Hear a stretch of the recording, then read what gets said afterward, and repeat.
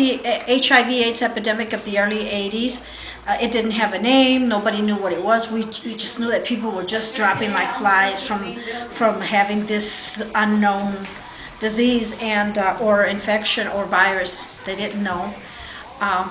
But in the community, there was an urgency also, and people forgot to look at that, the urgency in our community and how it was affecting our community.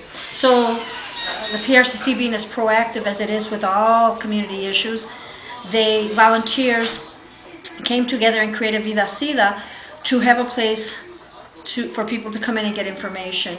There was nutrition information, very holistic ways to approach the whole situation with HIV. Now, after they gave it a name and after they found out how it was, at first it was like, oh, this is a gay disease. So many individuals that were gay were dying from it, but in reality it wasn't. And we knew the urgency here in this community. We had it, you know, the urgency was here. Vida Sida came in the picture. And it turned out that once a study was done, it turned out that the Humboldt Park community was one of the hardest hit with the HIV/AIDS epidemic, and it was in epidemic proportions. So we had many, many people that were dying, and the reason this was happening had nothing to do with any gay issue, but it was because of intravenous drug use. There was a high rate of intravenous drug use, and they found out that the interchanging of the needles, using needles, dirty needles, and you know, people would get together and shoot up, and they were all one-handed, and everybody was getting infected. So they would go home, have sex with their wives, their girlfriends. I want to put this over here, okay?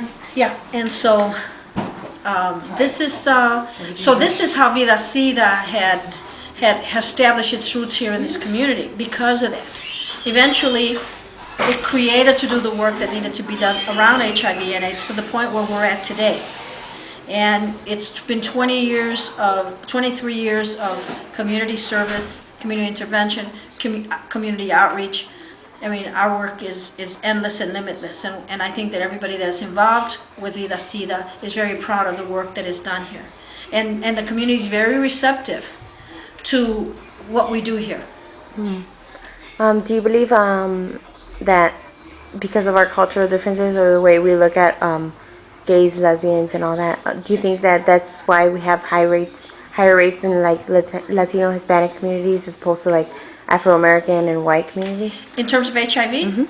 Well, it's a known fact that the people of color have always been the ones that have had this. You know, we have the African American men are highly, it's a high risk group. Their rates are really high, and in the Latino community now, you mentioned homophobia and homophobia being as part of this. I don't know. I think that our situation started here because of the intravenous drug use. Now, do we have homophobia and transphobia in the community? Absolutely. Have we worked to combat that? Absolutely. Are we there yet? No.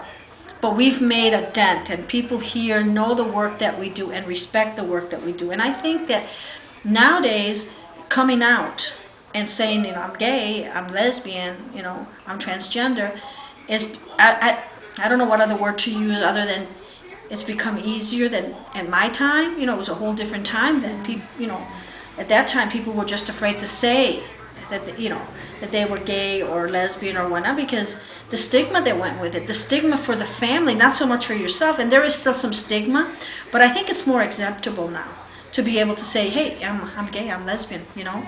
And I think people are more accepting.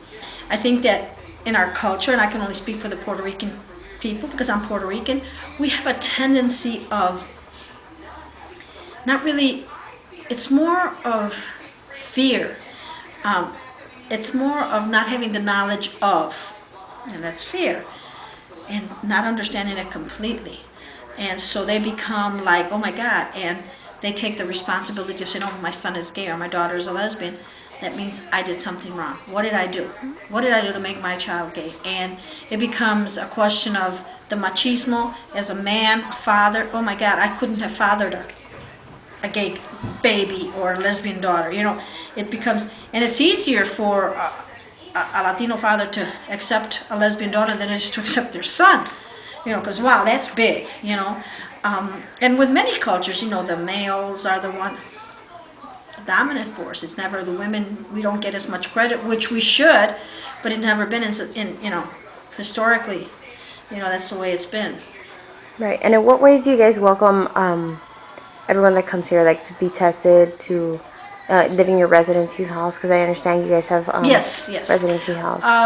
In what ways? I'm Do sorry. you guys welcome like everyone that comes Everyone in? here, I mean, we're in the Puerto Rican community. We started this to combat a serious epidemic in our community. But when people walk in here, we don't put our foot at the door and say, oops, are you Puerto Rican? No, get out of here. Everybody's welcome. We go out, we attract people by doing a lot of community outreach. We open our doors and say, you're welcome. Come on in. And people are very appreciative of the services that we offer. In terms of the homeless shelter, the homeless shelter is, I mean, there isn't any place where an LGBTQ youth can go and find shelter.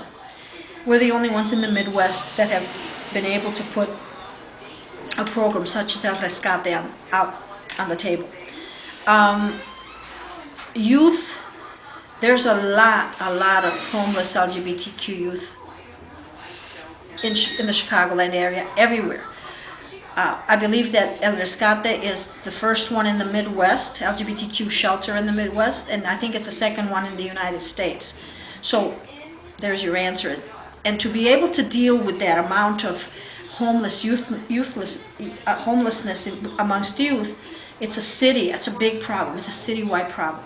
But El Rescate is a community solution because we needed to tackle, we have a lot of youth in the community that are homeless. So we started out by promoting these services to the youth, the homeless youth in our community. And hopefully the idea and the goal, and hopefully, it all depends on, it's costly. Money is not available. We had to really work hard to be able to get to the point of being able to open one floor of our shelter. But eventually, the hope is, and the idea is that we can have this whole building converted into a homeless shelter, and we can have room not for 10, but maybe for 40 or 50 kids. Because right now, we have a waiting list. And speaking from a maternal perspective, it's very sad to see these kids come in looking for shelter and knowing that you don't have a place to offer them yet. That we just made a little dent. That we've been able to do this, and we're very proud of our shelter. We're very proud of what we've done upstairs with the amount of resources that we've had. However, it is also very disheartening to see these children. And like I said, as from a motherly perspective, it's very sad. And I wish it could be different. Unfortunately, we haven't been able to create a larger space, but we will.